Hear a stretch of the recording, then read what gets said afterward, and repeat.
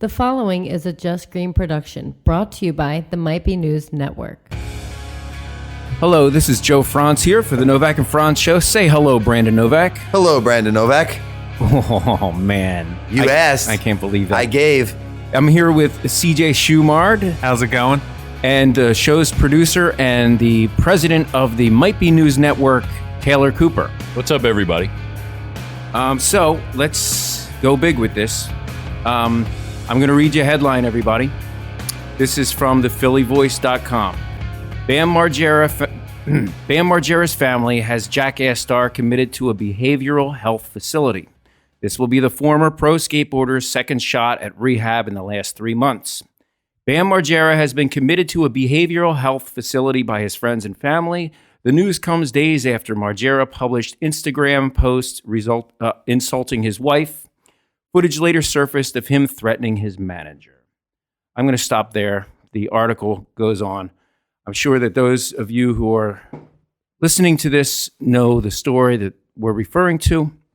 Yes, Bam is currently in an institution of mental and behavioral health. So today we're going to go into all the details about that, and I'm going to visit a timeline of Bam's life, starting with his childhood and beginning when he started drinking, evolving to when he started drinking heavily. The first time we had an intervention with him back in 2007, and we're really going to get into this. And I don't want it to come across as like we're being nosy and meddling into his business and like we're trying to put everything out there and expose him. That's what I am trying to do, actually put it out there and expose him, but for the hopes that people, anyone out there, stops enabling, justifying, or condoning his behaviors, contributing to them, right? Like when a disease is unexposed, it runs rampant. Right, it spreads all throughout your body, and then as soon as they diagnose it, it's exposed. Light is shed onto it. It starts to like die. It continues to suppress and not be able to grow like it would if it were unrecognized or unannounced.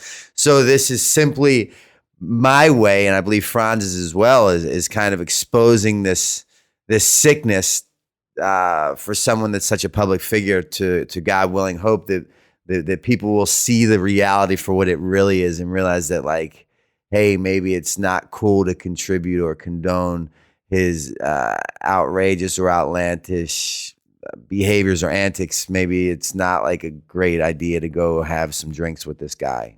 And the other part of the reason we're doing this is because this article has been published. It's now a matter of public record that Bam is in this institution, and there's so many rumors flying around. I would like to set the record straight.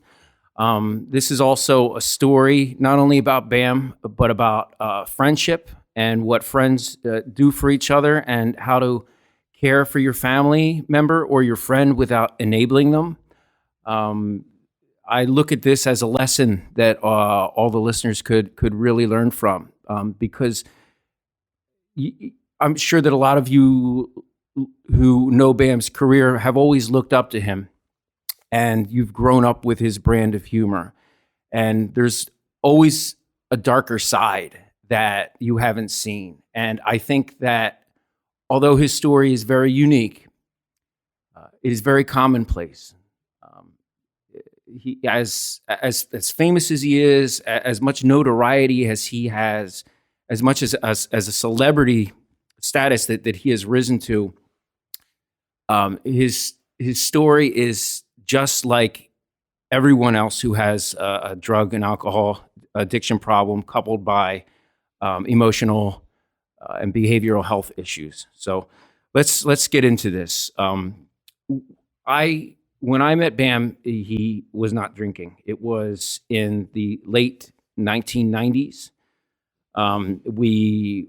It was on the tail end of CKY2K, and I came in to produce and shoot music videos for CKY and the CKY video series. And Bam was not drinking at the time. He looked down on people who drank. He referred to them as losers, and he would laugh at people who were drinking in a somewhat of in a derogatory way, not because he thought it was funny. I remember the first time REHAB himself got drunk, Bam punched him in the face. He was furious and enraged that he felt that REHAB had betrayed some kind of pact that they had made to not drink. As time went on, when he turned 21, we all of a sudden, for some reason, started going to the bars. And we would go to, 15 North and Jitters and Rex's in Westchester. And he started drinking, and he thought it was really cool. There's a line in the movie Haggard that we made back in 2001, where Bam orders a drink from the bartender. He says, "Fill it to the rim with pure alcohol." And somehow in his mind, now drinking was something that adults would do. And for some reason, it seemed cool to him. As time went on and we began to, I would produce and he would direct the music videos for him and CKY. And we did a lot of traveling for that. And he was drinking, but he didn't have any anger issues. He was not an angry drunk. He was not an angry person. Being a director and having a lot of people who would basically do whatever he told them to do, he had a lot of power over other people. And like any young person who is given a great deal of power, at times he could be a bit domineering, but never mean-spirited. And it was around 2004 when a darker side of him emerged. He did, and again, I'm not saying any facts that are not a matter of public record. His family has talked about he had issues with bulimia. He would struggle to keep his weight down to look thin on camera because the camera does add 10 to 20 pounds to you. And plus, being a professional skater, he had to stay thin. I remember when we did an episode of Viva La Bam, and Bam went and he had some pizza. It was about half a piece of pizza, and he threw it up. And Tony Hawk was there. He said, "Hey, Bam." I looked at Tony, and Tony looked at me, and Tony got a worrisome look in his face. And he said, "Hey, Bam, you bulimic?" Just like that. And Bam said, No, I just throw up whenever I eat. And Tony said, "Yeah, man, that's bulimia. You got to get help." Just like that. And Bam shrugged it off. And so it was around that time, 2004, when he started to become angry when he drank. And to this day, I don't understand why. I don't know, maybe, we all have hidden psychological disorders, I believe. Maybe that was part of it. I don't know. But when he and Jen Ravel broke up, the party started. Brandon, you recall that? Yeah, he was just basically looking for an escape. What I recall is, Bam was the guy that was my saving grace, right? Like I was a skateboarder that predominantly I won or he won the contest that we would enter yearly, and we practiced for each other to go against each other at that contest. And then one year I just didn't show up. And what happened was I became a full-fledged drug addict. And I remember he asked my buddy Bucky, he said, "Where's Novak?" And Bucky said, "He's on heroin." And Bam said, "What's that?" Right? So I'm painting you this picture to show you how disconnected he was from any kind of drug addict, alcoholic way of life or being. Fast forward a few years down the road, I become like really bad off, homeless, jails, institutions, deaths, overdoses, wash, rinse, repeat. Can't get it together. And then Bam offers his hand, right? His helping hand. I go into a skate shop and I try to get some money from them. And they say, "We're not going to give you any money, but Bam was here the day before and he was doing a demo.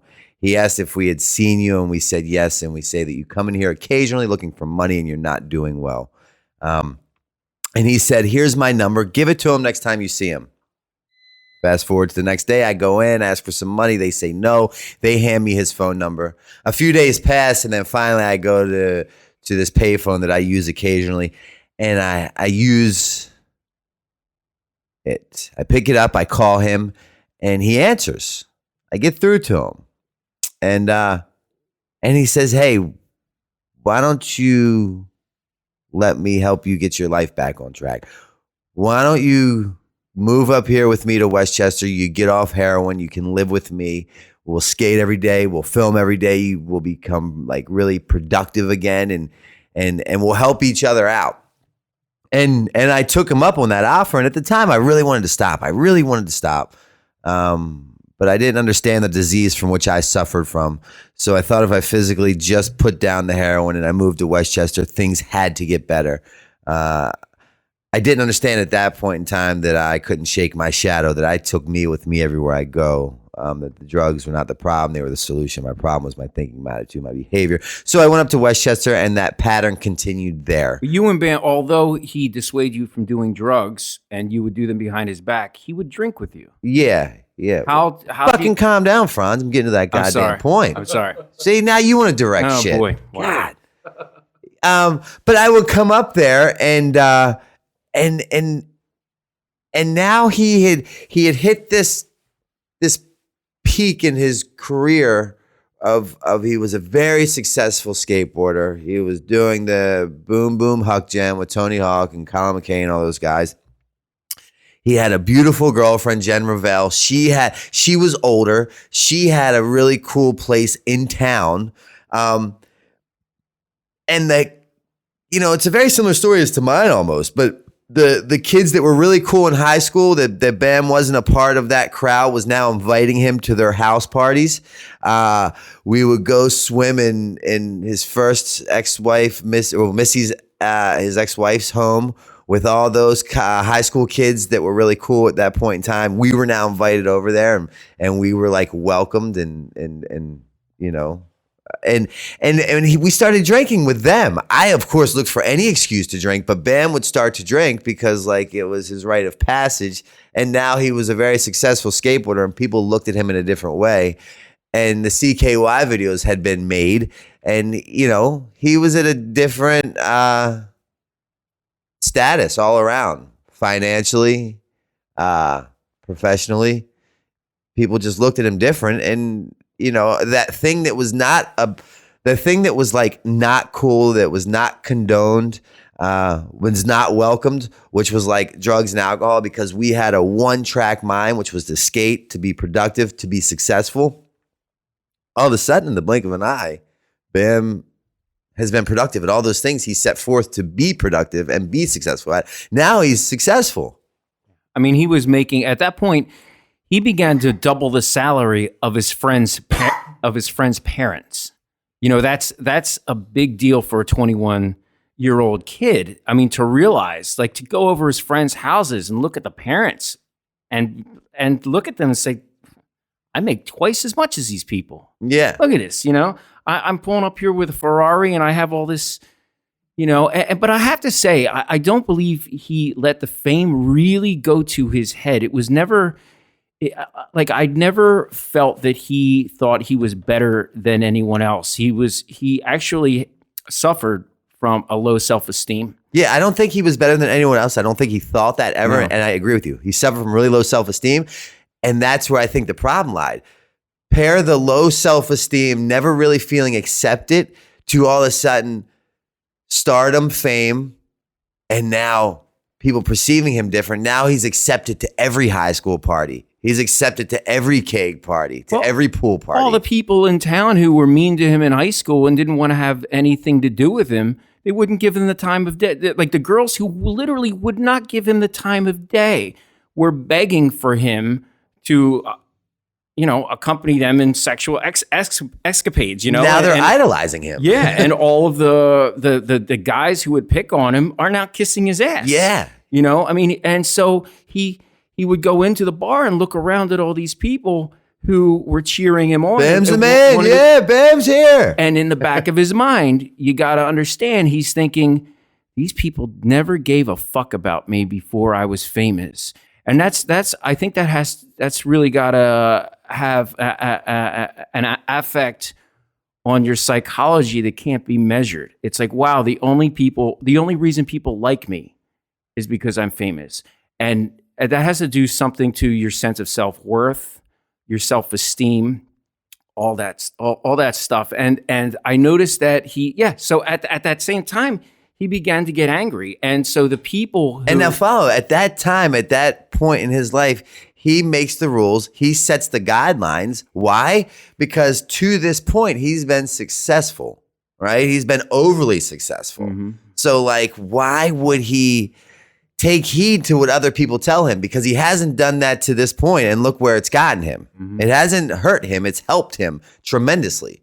So now, like, he makes his rules. He creates the life that not only he lives in, but people around him live in, because people depend on him. They rely on him. Yeah. They want to be part of his life. Yeah. And he did a great deal for me. I mean, prior to meeting him, I made really good money. I was working at an ad agency, but I was extremely unhappy. I was just, the work that I was producing was terrible. I mean, they were, I had a lot of fun. I was working with my friends, but when I started working with Bam, I felt like an artist. I felt like I was creating something worthwhile, and that, this whole wave of entertainment that was embraced by people all over the world. And it was incredible.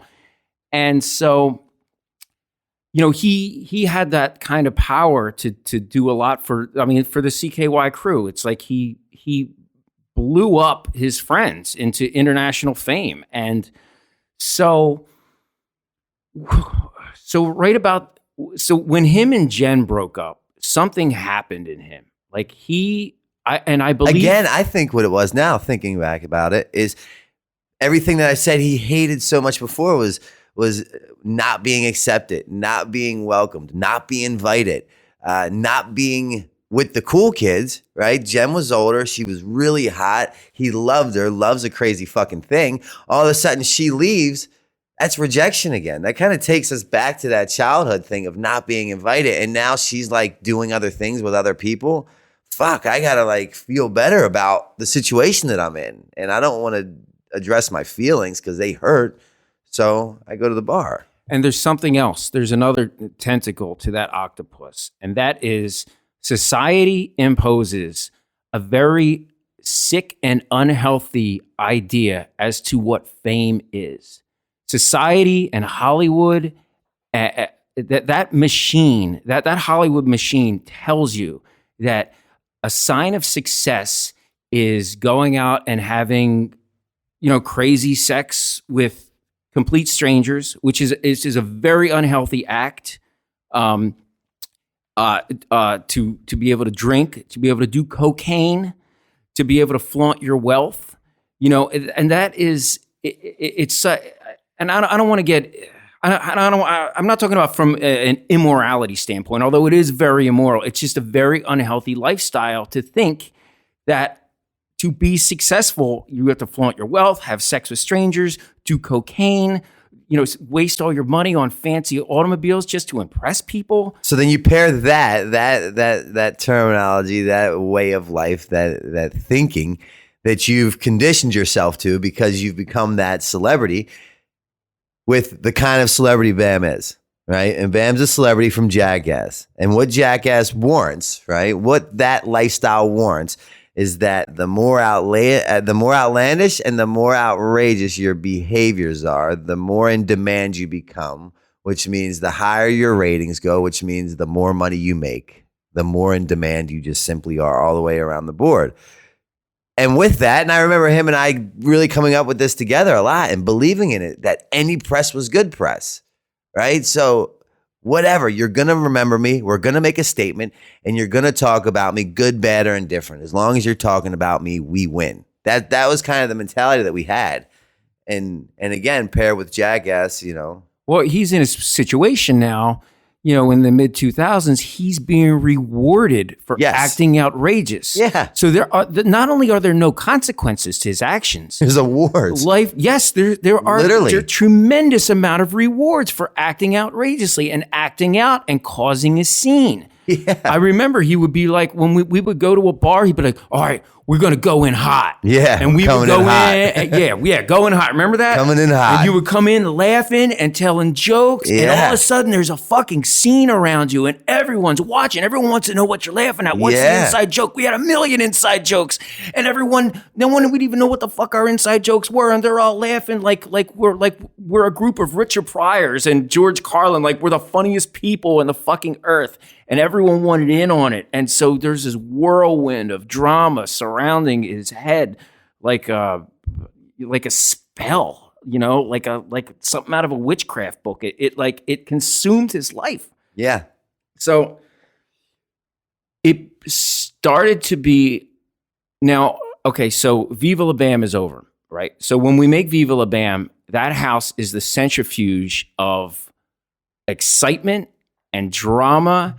And there's 1,000,000 people around getting paid to produce the show. There's the art department building these big contraptions, these big, mechanical apparatuses that would, propel the storylines of Viva La Bam. There's producers, there's directors, there's cameramen, there's PAs getting you water. There's Novak causing trouble and making everyone's life a living hell. And we're traveling all over the world. And everyone's getting paid. Everyone's getting paid. Now, Viva Very handsomely, might I add. Yeah, it was good. It was a great paycheck. It was great. It was so much fun to be able to create something with our friends. And then MTV decides they're going to change their branding, and it was still the #1 show. And they said, "Let's go out on top. We have enough shows. We can keep showing the reruns."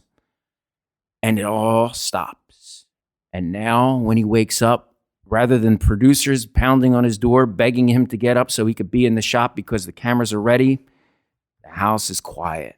Yeah. And it's empty and cold and lonely and desolate.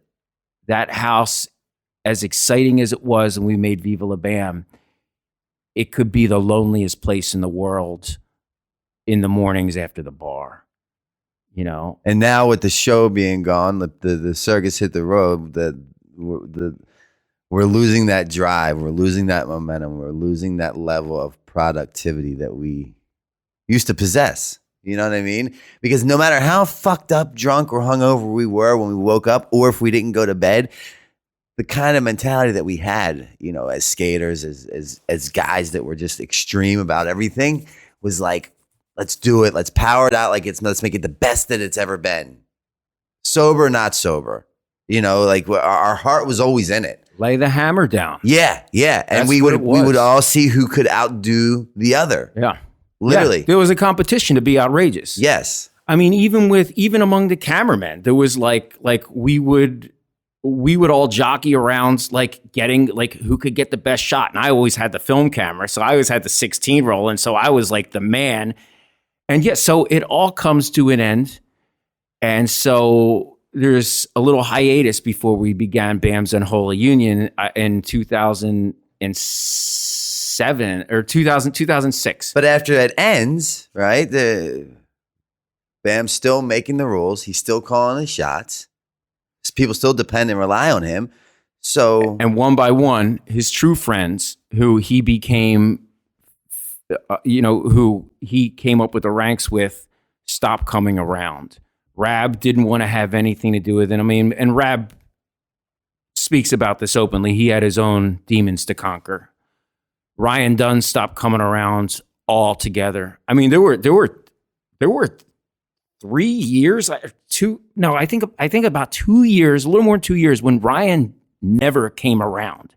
He dreaded being around us, and during this time I'm making documentaries and films with Bam. So I'm with him all the time, producing more entertainment and stuff, but no REHAB, no Dunn, Deco stops coming around. And one by one, Bam begins to replace these people with bottom feeding, lecherous parasites.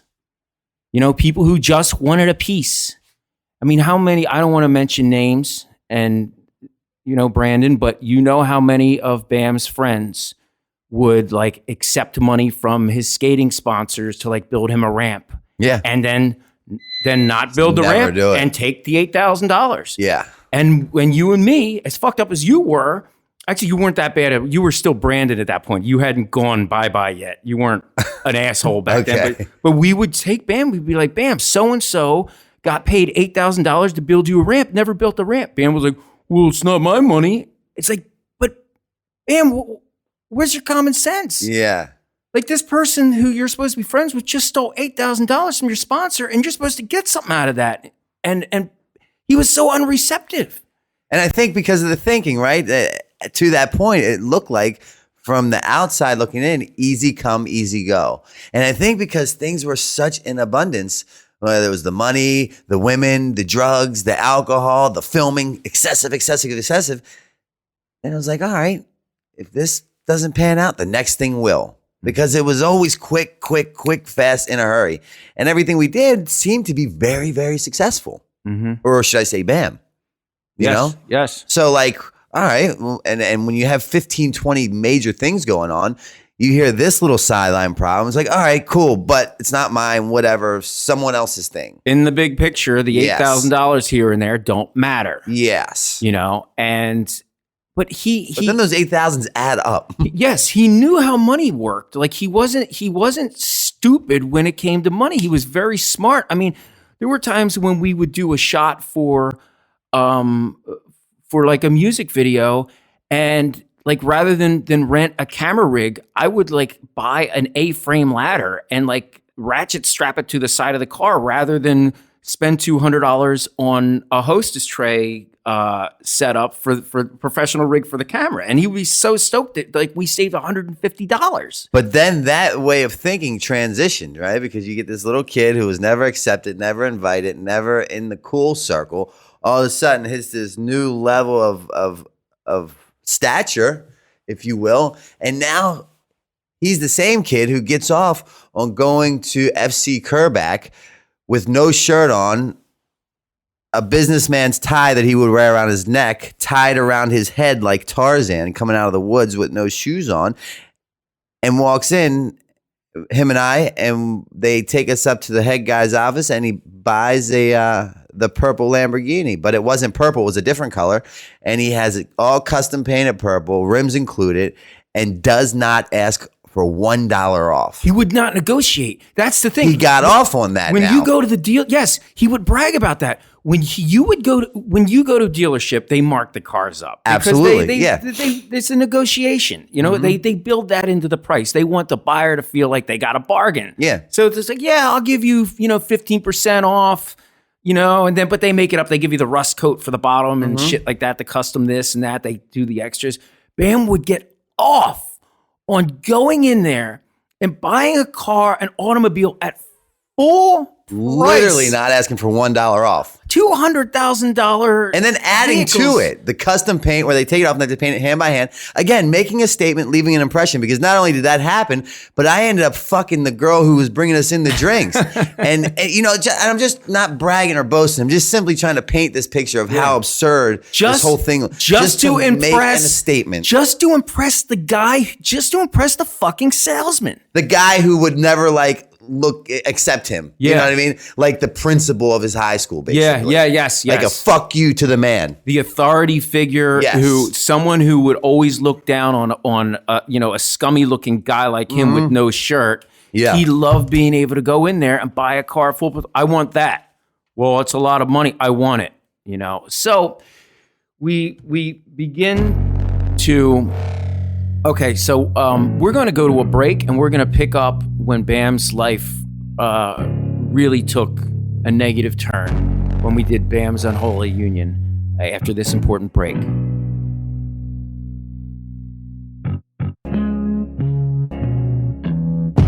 MBNnetwork.com. It's never been easier for you to find your new favorite podcast. Click the link at the top, pick a show, and pick a platform. It's really that easy. Thank you so much for the people that have been tuning in. Season finale week is next week. Might be news, relatable radio, might be sports, and might be tunes. Season finales.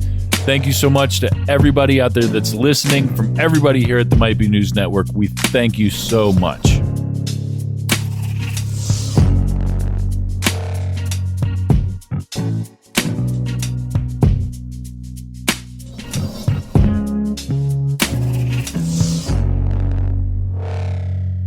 Hello, this is Joe Frantz for the Novak and Frantz Show on the Might Be News Network, with our, I guess, psychological profile of Bam Margera. What's funny is that we're doing it. Yeah. More so me. Yeah. Because you get off on all this. Like, I do. I mean, I love psychology. I think it's it's wonderful science. Well, I feel this is like what Bam used to do to Novak back at, like, telling everything Novak did so everyone would be aware of the situation. Absolutely. Yes. Yeah. In a way, we've kind of come full circle with this. So, okay. So we are now at 2006.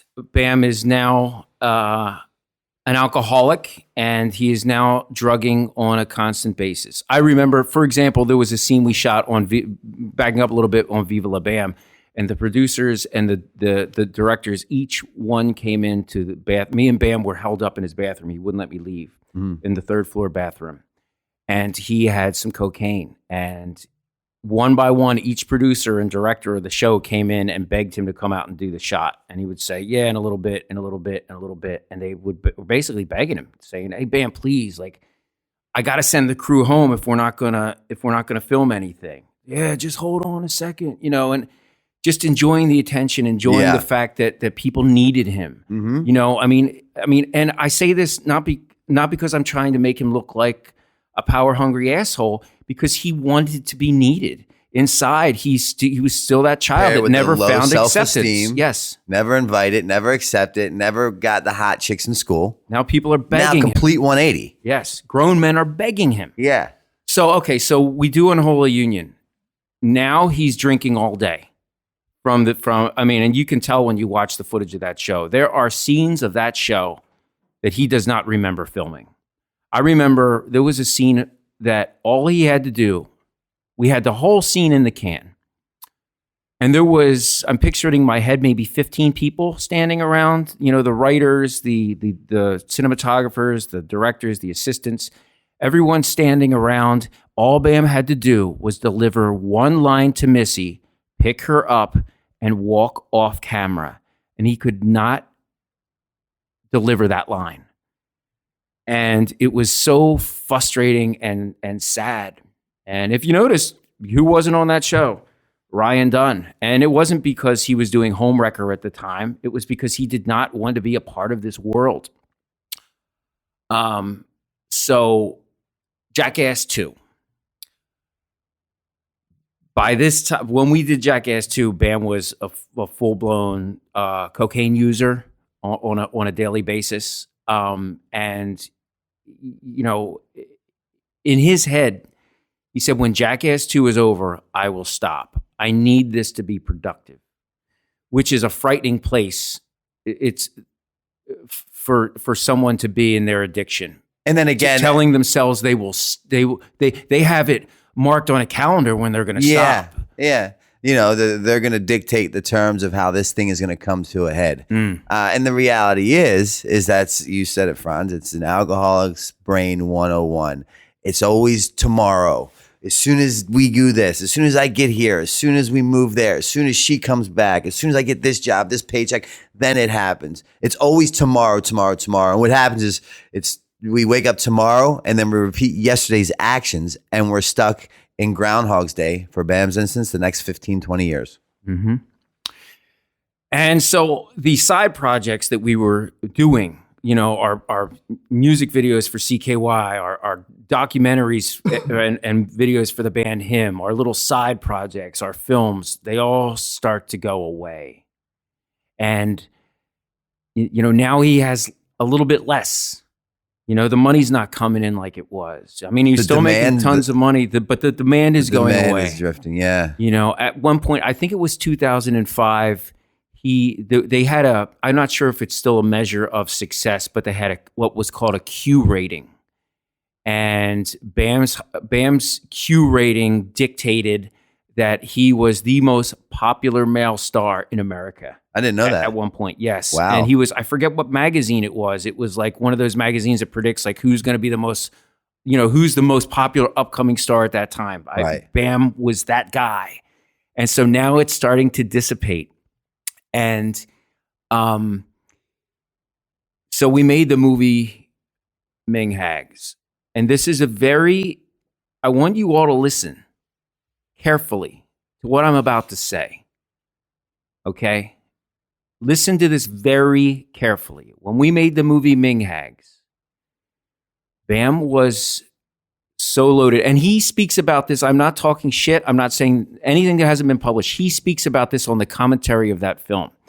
He was doing cocaine every day, all day when we made that film and drinking. There were scenes of that film that he doesn't even remember doing. It was so difficult. Shooting that film was one of the hardest things I've ever done. I got fired from that movie 3 times, and I wasn't even getting paid. I was trying so hard to bring order from this chaos that was that movie Ming Hags, that when I would try and actually keep us on script, Bam would freak out on me and say, "You're fucking fired." I'm like, "Bam, you can't fire me. I'm not getting paid. What are you doing? Like, please, we have an obligation to get this film done." And he would shoot scenes that didn't make any sense. He would just make scenes up. And you got to understand, that film was very expensive to make. It cost Bam $600,000. Need to feel productive. Yes, he just needed to feel like he was doing something.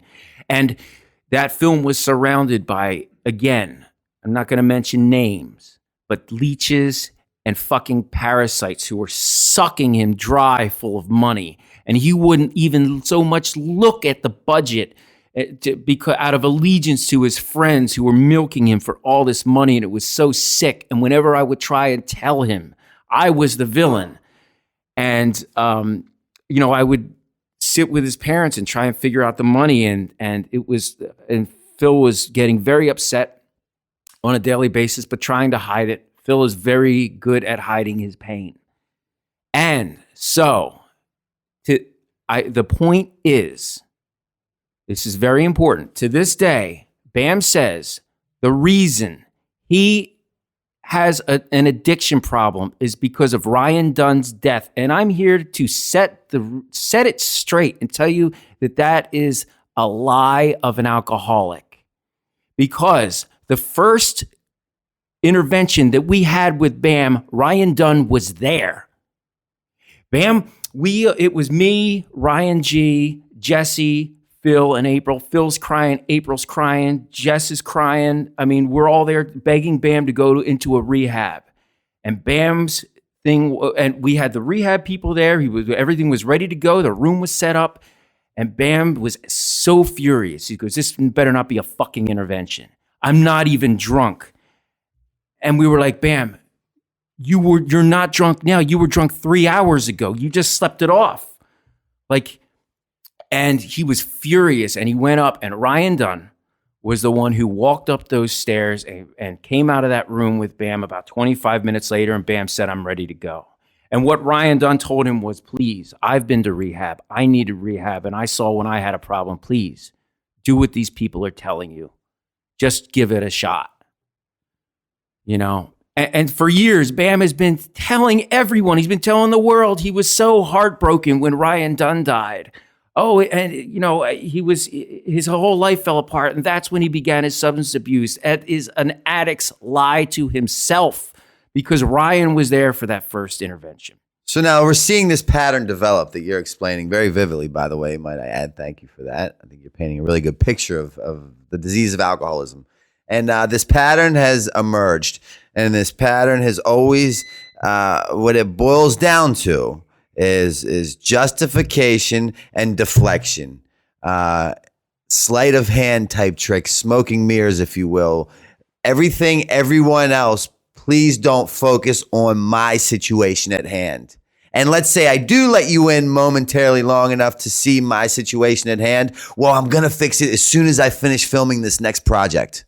As soon as we get this next show pitched or launched, and then I'm going to address it. But right now, it's okay. Mm-hmm. Yeah. And so when he went into that rehab, he checked himself out within 2 days. And he made up a lie in his head that he probably believed. And the lie was when he went into that rehab, everyone was such a fan. And he went in there and the kid who he roomed with had a BAM skateboard and a BAM hat and a BAM, and BAM sneakers. A piece of that might be true. He might have a t-shirt of a BAM shirt in there. Like that might be true. Yes. And probably wanted to talk to him about, sure. Hey, I saw you on Viva La Bam. Absolutely. I totally agree with that. But that's not why you should be checking yourself out of the fucking rehab. But again, justification and deflection on Bam's situation at hand that he created. Yes. Dictating the terms of how he's going to get better, which is a common theme in where we're going to get to. Mm-hmm. Bam always dictating the terms of how he will get better when he has put himself in these positions. So now his life is consumed by even worse bottom feeders. By even the biggest scumbags in town are now the only people that can take this anymore and coming and living at his house and mooching off him. And I mean, one guy came over his house, sold one of his four-wheelers to a contractor came by the house. He's like, hey man, I'm selling this four-wheeler. You want it? And the guy took it home. and then was fucking people were stealing so much money. That was our old Coke dealer. Oh, was it? Yeah. That was the live-in sometimes Coke dealer. Yeah. I know exactly what you're talking about. And you can hear now at the same time he's doing Radio Bam. Yes. And you can hear those horrible shows right around 2010. It's just him drunk telling the same story 3 times during one episode. It was painful. So I stopped I couldn't take it anymore. Which is funny because you saying that now, I was caught up in my own addiction big time. And in my mind, I thought those shows were brilliant. Is that true? Yeah, in my mind, right? Because I was so delusional at that point in time that I thought these shows were fucking amazing.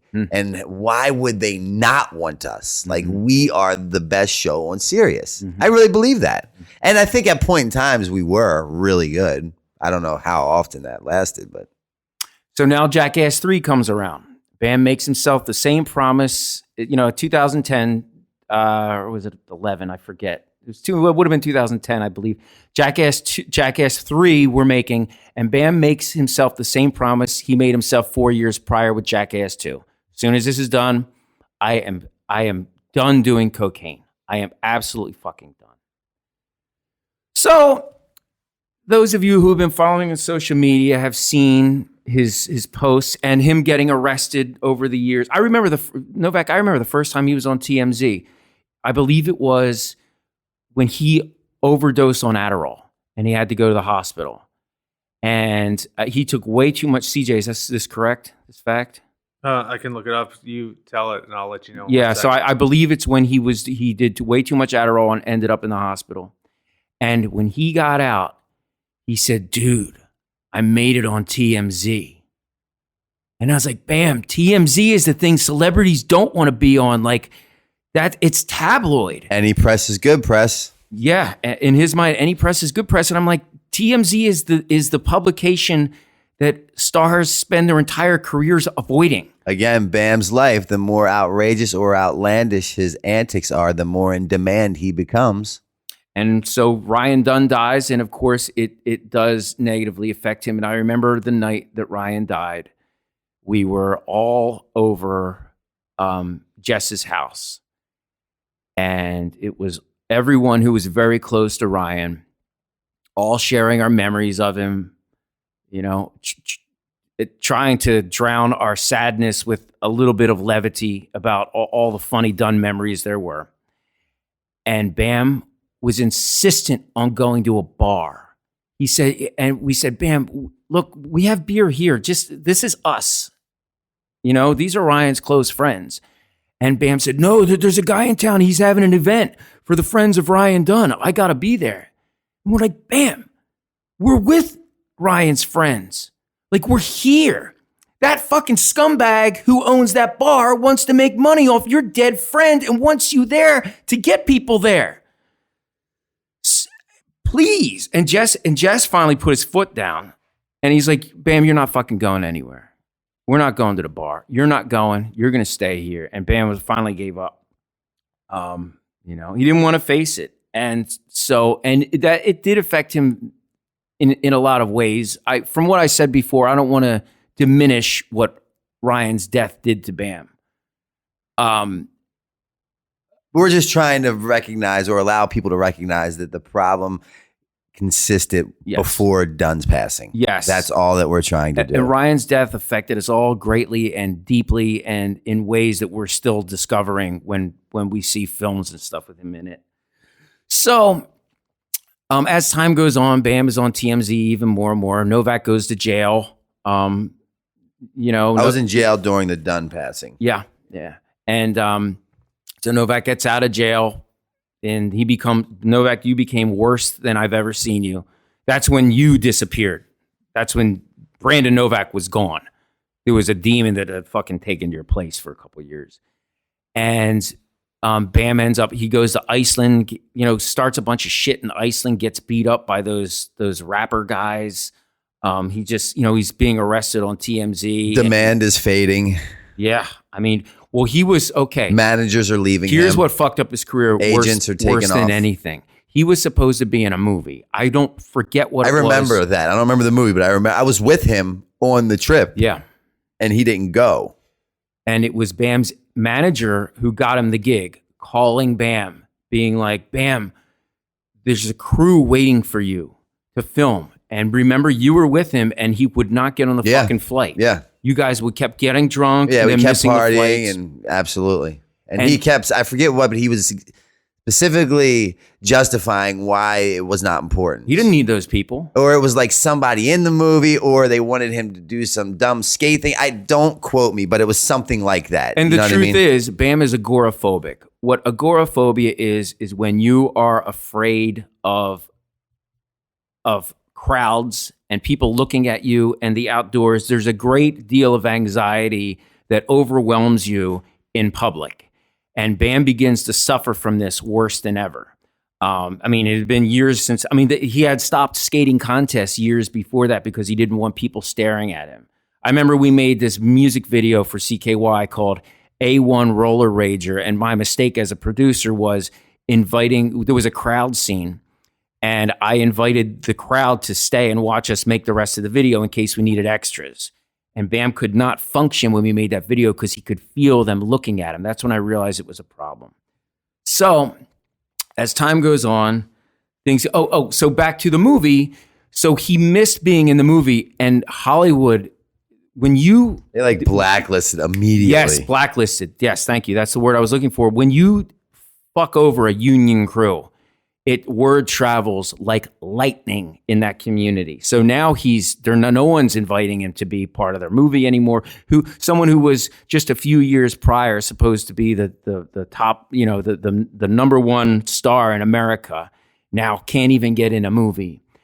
And his drinking and drugging is at a full-time high. So what we demand is really fading. And so let's now circle around to the present day and why he's at where he's at in an institution of behavioral health and mental health. So, Bam needs something, to keep himself busy and to stay productive and to, make a little money. We all need to make some cash, So, Bam has these great appearances at Comic-Cons. These conventions, where stars go to earn money and to reach out to their fans. And Bam he was having trouble doing these because, again, he's agoraphobic and it creates a great deal of anxiety for him to be the center of public attention. And he's full-blown drinking and drugging, which means that he can't be responsible. He can't be dependable. He can't be honest. He can't show up on time. His behaviors are rather erratic, to say the best, and sporadic. You never know who you're going to get. It's truly a Dr. Jekyll, Mr. Hyde. So therefore, just like him getting blacklisted from Hollywood for not being able to show up for that movie, he can't show up for these Comic-Cons. He does sometimes he doesn't. When he does, he's fucked up sometimes he's not, and he stays for 10 minutes.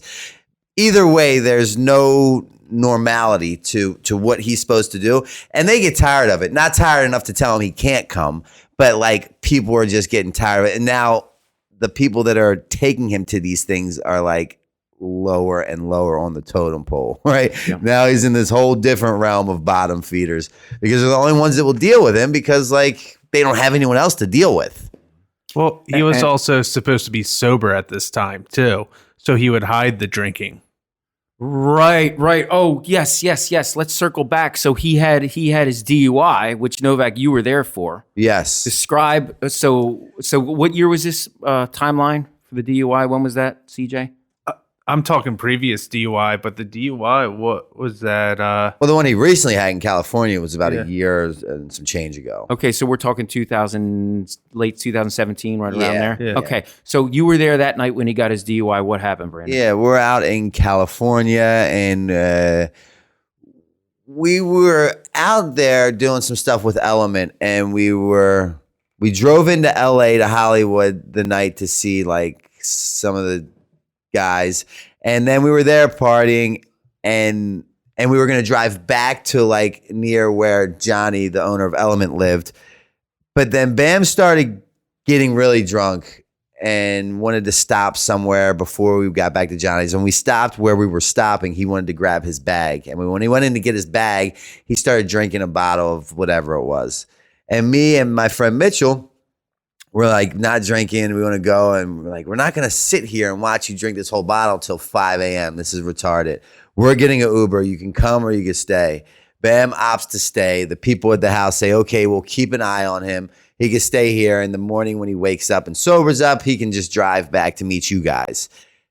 Long story short, somewhere along the line that night, he decides in the middle of drinking, he has to go. He up and runs out of the house, jumps into his car, and then you get him with a DUI. Gets pulled. Yeah, so he gets pulled over, ends up in like a Compton jail. Like it was bad. And he's on the phone with Phil, his father, saying, "Get me the fuck out of here now. You have 4 hours to get me out. Get me out of here." And Phil's like, "I'm in Westchester. I'm not there. I don't know what. I'm trying to make calls. I'm trying to do my best." And Bam's like, "Dude, you better fucking do this. Like the world doesn't work like that, Bam. You're not in control anymore." But he has been since day one. Yes. Right? Literally since 12 years old, he's been in control of everything. Everyone around him. People depend and rely on him. Now, for the first time, he's ended up in a jail cell. And then Vice TV made that special about him. Yes. And for some reason, he convinced the world that he was sober. He's like, "I'm sober now. I'm okay. And like I had the DUI. I'm all right now. And now I can just drink occasionally." He was not sober. Everyone says that he was doing so good for so long. He was doing so bad, and when no one could talk sense into him. And he would tell you, you would see him drunk. He'd be like, "Dude, all I do is sip beers." It's like, I'm looking at your eyes and I'm seeing you're doing a hell of a lot more than fucking drinking.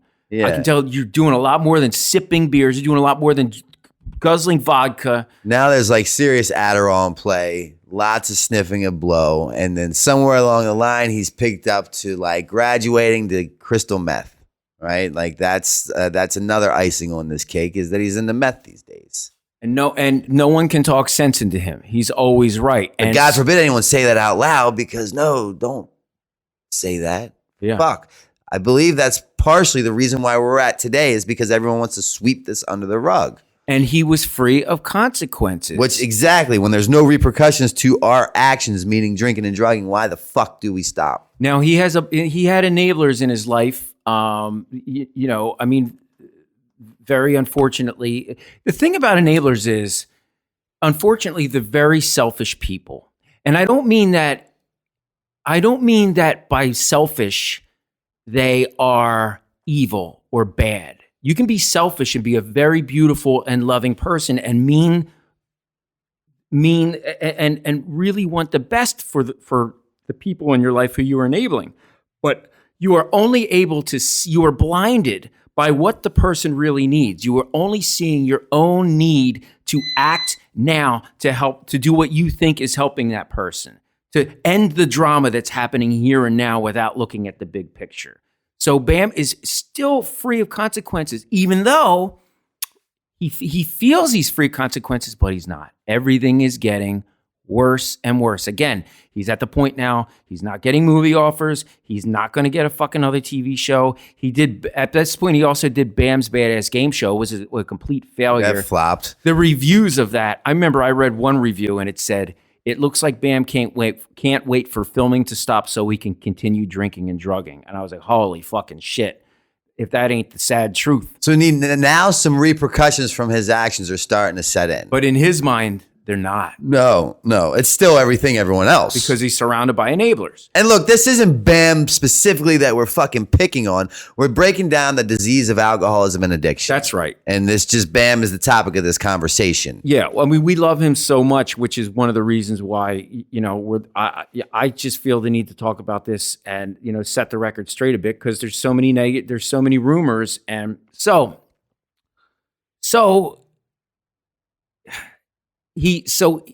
Steve-O, who has years sober now, is doing great doing these comedy tours. So Bam begins to get offers to do comedy shows. And Bam is drunk when he's convinced by certain people in his life to do these comedy shows, and Bam signs up. Well, it takes a hell of a lot of work and discipline and practicing to do a comedy show. So they actually did something very smart. They turned it into an open mic Q&A. But to this point, the demand of Bam has diminished. Yeah. Right? It's not really, no one really gives a fuck that much anymore.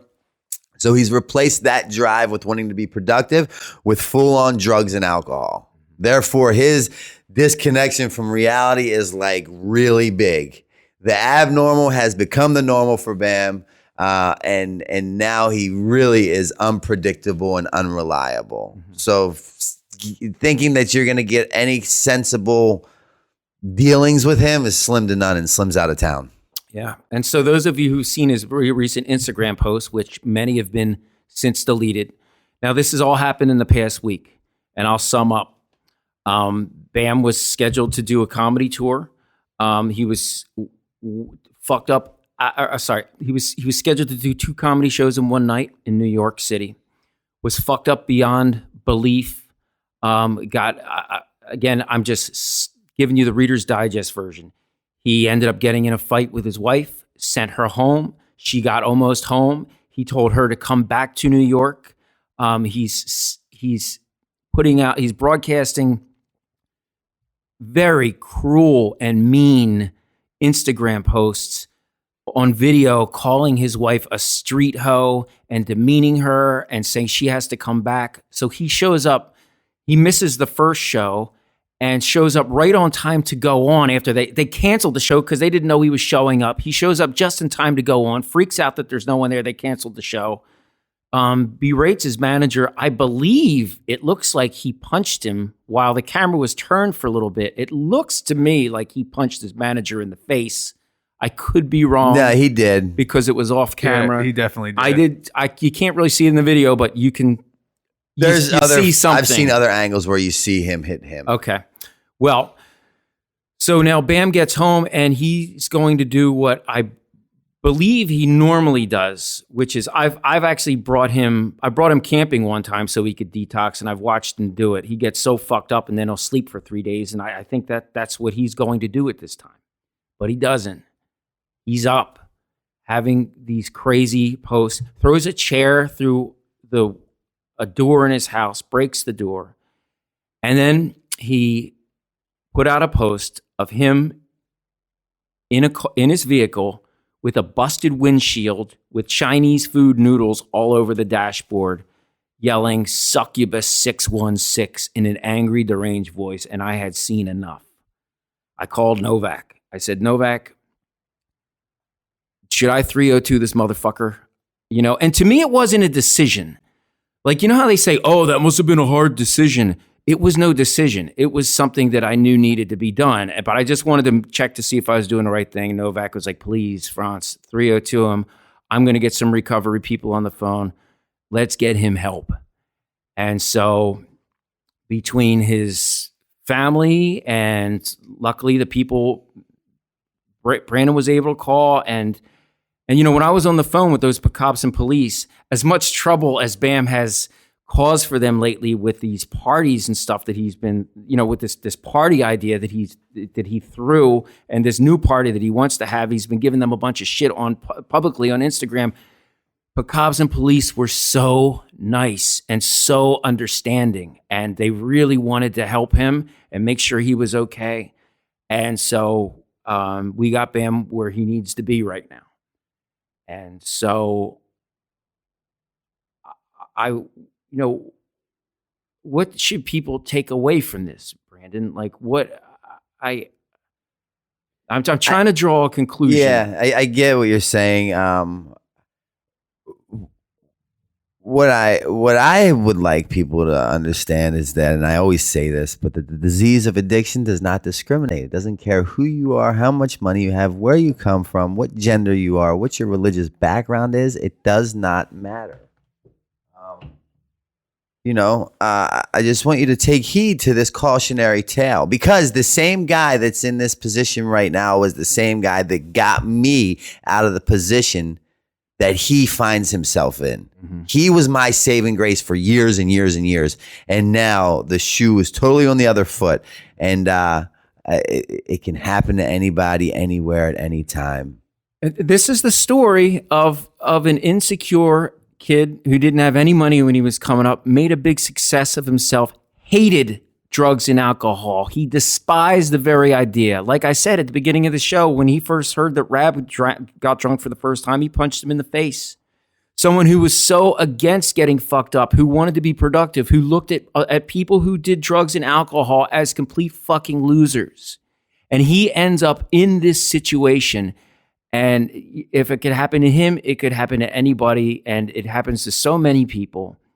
And if you're out there struggling and you think that, like, as soon as I get this next job, as soon as I get this next paycheck, as soon as I get this woman, I move to this state, then things will align and it'll get better. It happens to anybody. It can happen to everybody.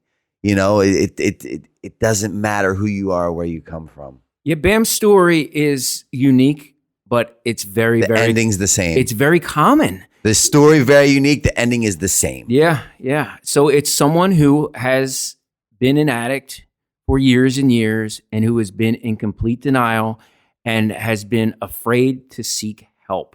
Yeah. Addiction is, and I believe this is something that you say in your speeches, Novak, that if you had cancer, you'd go and get the cancer treatment. If you had a cold, you'd go and get the flu medicine.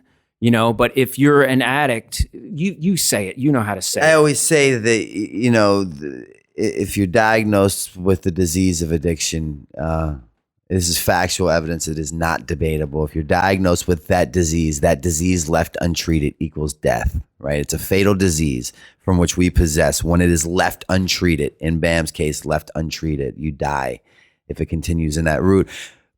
But it's the only disease from which I possess that is fatal, and it tells me that I don't have a disease on a daily basis, and it lies to me in my own voice, which makes me believe the unbelievable. Diagnosed me with HIV, I'm rushing to the hospital to get medication. I don't want to die. Fatal disease. Diagnosed me with cancer, I'm rushing to the hospital to get chemo. I don't want to die. Fatal disease. Diagnosed me as an addict or an alcoholic. I need a glass of wine or a bag of heroin to figure out what the fuck's wrong with you for diagnosing me with said disease. Just as fatal as the first two diseases, but left to my own devices, I'll believe that voice that lies to me in my own voice that comes from my own brain that tells me I don't have a disease, and I'll get up from this microphone and I'll go buy more heroin. So we're all praying for Bam, and what he needs is to, when he's done in this facility in a week or however long it takes, he needs 90 days of treatment. If he does not go into that, I give him a year. He will probably, if he keeps on this path, if he keeps doing what he's doing and lying to himself and living the life he's leading, yeah, he might go for a week without drinking. I've seen him do that. Then he'll have a glass of wine and he'll say, look, I'm normal. I can drink like a normal person. Then 2 days later, he's drinking 3 glasses of wine and taking a 6-pack to go. The next week, he's drinking his vodka. Then the next week, it's back to the hard drugs. And I'm telling you, you can't smoke meth successfully. Yeah. Just doesn't happen. Yeah, it's not. So he will be dead in a year if he doesn't go into treatment. It's not a matter of if we'll be in this position again. It's simply when we'll be in it again. If he doesn't continue with the continuum of care. And I pray that his family is strong enough to do the right thing and make sure that they do not enable him and they do not accept him if he doesn't stay in that 90-day rehab and begin his journey to good mental health. He needs a lot of help. He needs a lot of prayers and support from the fans, and just, if you're in Westchester and you happen to see him and he's at a bar or whatever, do not drink with him. Turn your back on him. And hence the point of this show. Do not enable or condone his behaviors. His true friends like us, we will not let this disease fester, grow, and manifest. We are exposing it, and we will not enable or justify his behaviors. Why? Because he did not do that for me. He did not do that for Frantz. And I believe because he didn't do that for me, I now stand here today with coming up on 4 years of continuous sobriety, and I will do whatever it takes to help him, just like he did for me. And I apologize if I've rambled on this show or gone on too long or repeated the same things, but I'm very, very, very upset. And I thank you so much for listening. This is the end of season 1 of the Novak and Frantz show. And if you need help, or someone who needs help, or if you're an addict or your friend's an addict, you have someone in your life who's an addict, Novak, please give them your personal number. Yeah, that is 610-635-9092. If you suffer with drug or alcohol dependency or mental health disorders, feel free to reach out to me or contact my facilities directly, and they are BanyanTreatmentCenter.com. All right. That said, I just want to say something real quick. Didn't mean to interrupt you. Yep. Like Joe said, this is the season finale of the Novak and Frantz show. I just want to thank everybody for listening over the past 13 weeks of doing this. And I want to thank everybody here at the table for doing this. It's been great. We've covered a lot of ground this season. Mel Gibson tapes is one I remember vividly. We've taken a lot of great phone calls. So thank you to everybody who's called in and commented on things and shared the show and everything. Just thank you so much for listening. It's been great. Yeah. And, if you like an autographed copy of Dream Seller or our graphic novel, The Brandon Novak Chronicles, CJ, where do they go? BrandonNovak.com. You go to BrandonNovak.com, go to the store, and all those are personally autographed by hand. It's not rubber stamped. Also, to see the CKY videos now currently released in HD streaming video, go to watchdctv.com. That's Danger Cats TV. They were nice enough to fund the project, and they will be streaming CKY HD for a while. So thanks again for listening. We love you all so much, and we'll see you next season. God bless.